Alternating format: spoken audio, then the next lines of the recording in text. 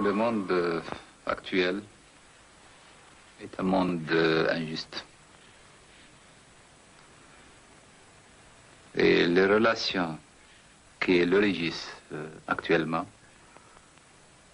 ce sont découlent des lois d'une organisation qui ont été en quelque sorte promulguées en notre absence. Oui. C'est un monde qui a été créé Sans vous. en notre absence. Oui. Aujourd'hui, nous parlons avec beaucoup de simplicité. Aujourd'hui, nous existons et nous contestons ce monde. Nous sommes en train de contester ce monde. C'est pas notre monde. Nous voulons créer un monde nouveau et à laquelle nous, c'est-à-dire les pays tiers-monde, participant à sa conception ou à sa restructuration, Un monde qui ne sera pas contre ce qu'on appelle aujourd'hui les pays riches ou les pays industrialisés, mais un monde qui prendra en considération et les intérêts des pays riches, les pays industrialisés, c'est-à-dire les pays développés et les pays en voie de développement. Sinon, si l'impact en Afrique, en Amérique latine, en Asie, les gens sont décidés, les gens sont déterminés à aller de l'avant. Et ce n'est qu'une question de temps. Notre monde, c'est-à-dire le monde des sous-développés, le monde des pauvres, ce monde a pris conscience d'une chose, c'est que l'autre monde ne peut pas se passer de nous. Ne peut pas se passer de nous. Et aujourd'hui, il faut trouver la solution. On a beaucoup parlé de la crise, et on a toujours attribué cette crise au problème de l'énergie. Les origines de la crise résident dans l'injustice même, dans l'organisation même du monde actuel. Nous sommes les plus nombreux, nous sommes le réservoir, un réservoir des matières premières et même de la main-d'œuvre. Nous représentons un marché très vaste pour les industriels des pays développés.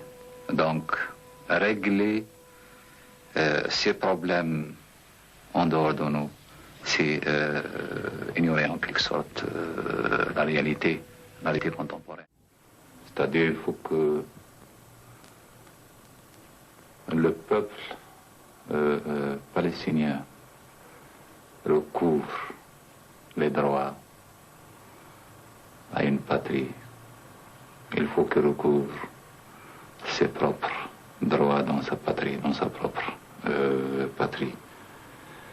Deuxième problème, je pense que le monde arabe, ou la question de l'unité arabe, ne se pose pas en termes de regroupement de deux regroupements politiques, de 2 ou 3 États, mais le problème pour moi se pose en des termes tout à fait autres.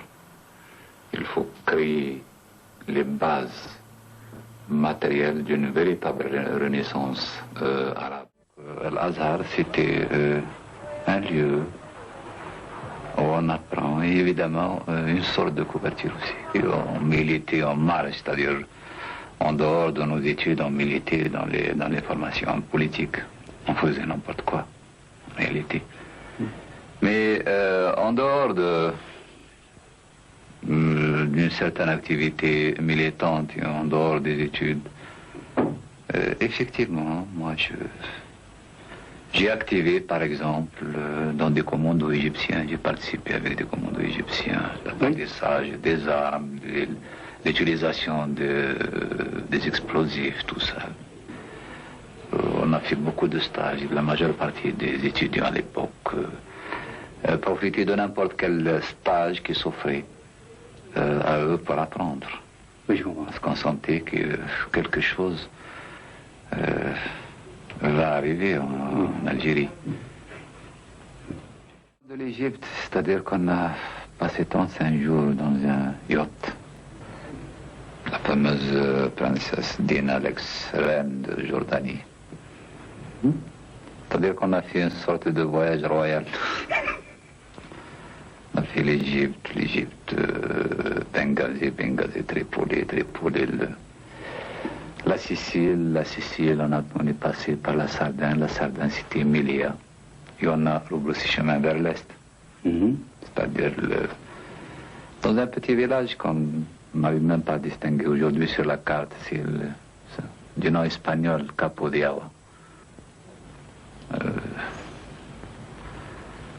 Je se trouve pas très loin de la Moulouia, c'est-à-dire pas très loin des frontières de l'Algérie. Oui. Et là, alors, qu'est-ce qui s'est passé? Là, on a débarqué le peu d'armes qu'on a acheminé, on a fait rentrer ces armes en Mali. Et c'était avec ces armes qu'on a fait le déclenchement de la Lucion. Pour nous, c'était comment sauver la révolution, comment permettre à la révolution de continuer sa marche. Pour d'autres, c'était Alger, s'installer au pouvoir Alger en entrant par la grande porte et même en utilisant une certaine complicité de l'administration française.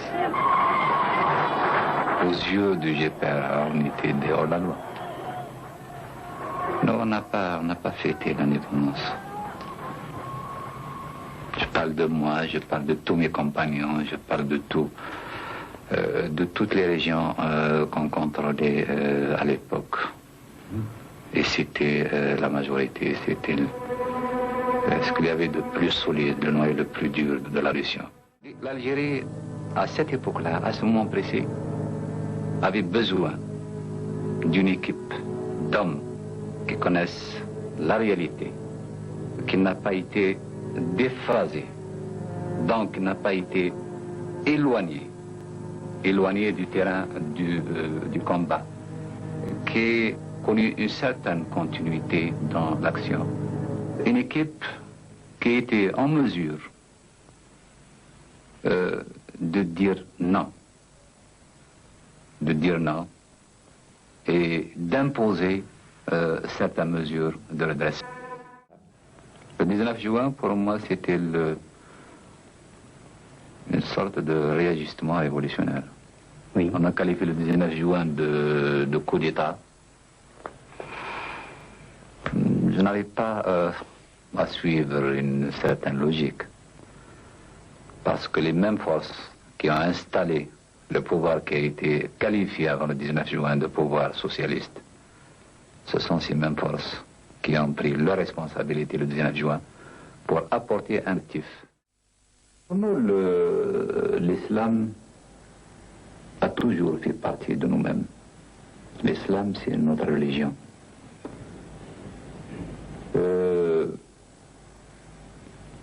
Parce que, précisément, nous sommes un pays, nous sommes un peuple, nous sommes une nation qui a un passé, qui a une civilisation.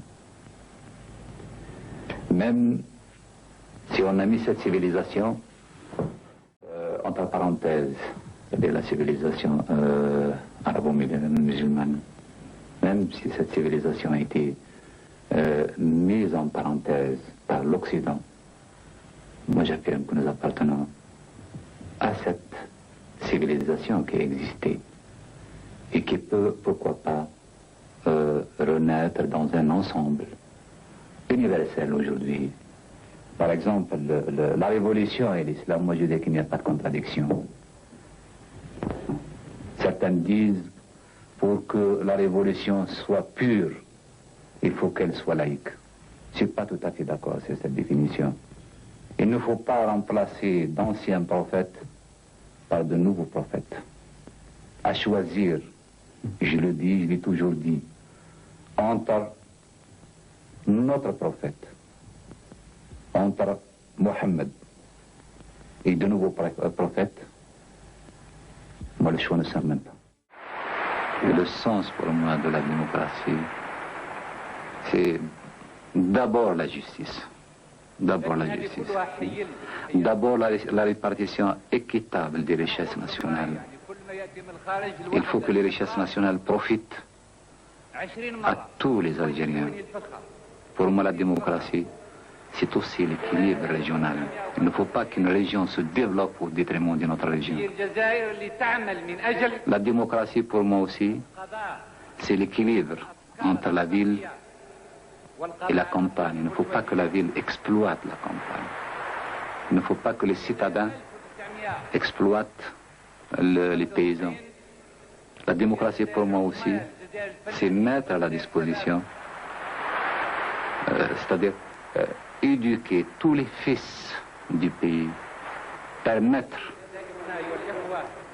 aux fils du chômeur d'accéder au poste le plus élevé du pays.